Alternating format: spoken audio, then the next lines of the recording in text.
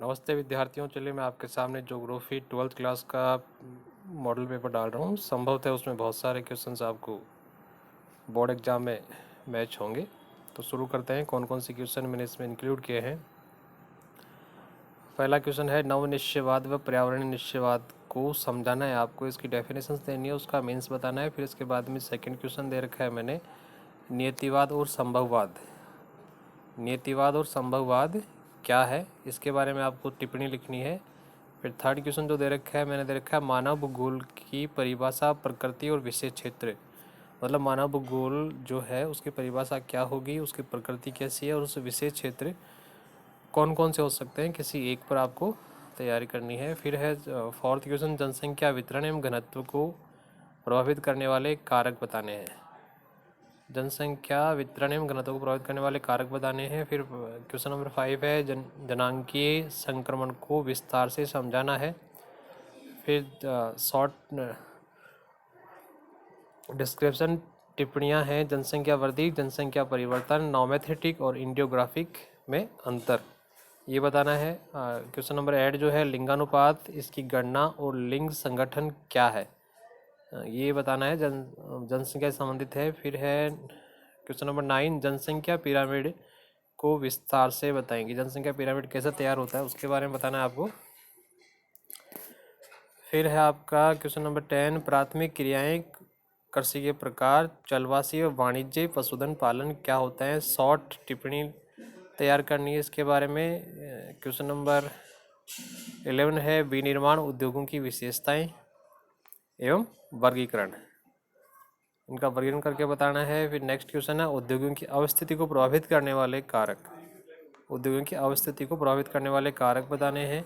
फिर है कच्चे माल आधारित उद्योग एवं विशेषताएं। कच्चे माल आधारित उद्योग एवं विशेषताएं हैं, वो बतानी है आपको इसमें।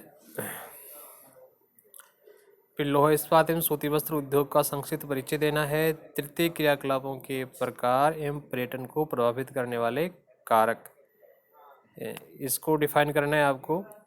फिर नेक्स्ट क्वेश्चन है, ग्रामीण बस्तियों को प्रभावित करने वाले कारक व उनके प्रतिरूप बताने हैं। ग्रामीण बस्तियाँ किस कितने प्रकार की होती हैं वो बताना है। नगरीय बस्तियों के विभिन्न आधार, मतलब नगरीय बस्तियाँ किस प्रकार से बनती हैं, उनके आधार क्या हैं वो बताना है। फिर नेक्स्ट क्वेश्चन है क्वेश्चन नंबर 18, कायिकी तथा कृषीय घनत्व, स्थानिक भिन्नता और व्यावसायिक संरचना, इसमें 100 टाइप आंसर देना है आपको। फिर है आपका अगला क्वेश्चन 19, जनसंख्या वृद्धि की विभिन्न प्रावस्थाओं को लिखना है, बताना है कि कौन कौन सी प्रावस्थाएं होती हैं। फिर अगला क्वेश्चन है, प्रवास के कारण एवं परिणाम, राष्ट्रीय जल नीति 2002, इनको विस्तार से बताना है।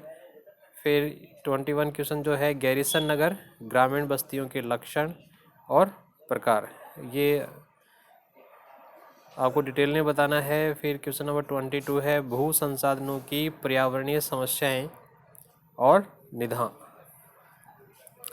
भारतीय कृषि की प्रमुख समस्याएं और उनका समाधान बताना है। टिप्पणी लिखनी है आपको, गन्ना, कपास और मक्का की जो कृषि है उसके बारे में बताना है। फिर 25 नंबर का क्वेश्चन है, भारतीय कृषि के प्रकार व भूमि उपयोग वर्गीकरण। 2 क्वेश्चन है, भारतीय कृषि के प्रकार बताने हैं और भूमि उपयोग का वर्गीकरण करना है। इसके बाद में जल संसाधनों की उपलब्धता और स्थानिक वितरण के कारक। फिर शॉर्ट टर्म क्वेश्चन है, हरियाली योजना और हरित क्रांति में अंतर बताना है आपको। फिर है जल संभर प्रबंधन, जल संभर प्रबंधन और वर्षा जल संग्रहण का वर्णन करना है। ऊर्जा संसाधन, अगला क्वेश्चन, ऊर्जा संसाधन, परंपरागत एवं गैर परंपरागत स्रोतों का वर्णन करके बताना है। क्वेश्चन नंबर 30 है, लो एश का विस्तार से वर्णन करना है। भारत में खनिज वितरण की व्याख्या करके बतानी है आपको। इसके बाद में उदारीकरण, वैश्विकता और निजीकरण में अंतर बताना है। उद्योगों की स्थिति को प्रभावित करने वाले प्रमुख कारक कौन कौन से हैं वो बताने हैं। भारत में सूती वस्त्र एवं पेट्रो रसायन पर टिप्पणी लिखनी है आपको। फिर भारत में परिवहन के साधन में प्रभावित करने वाले कारक बताने हैं।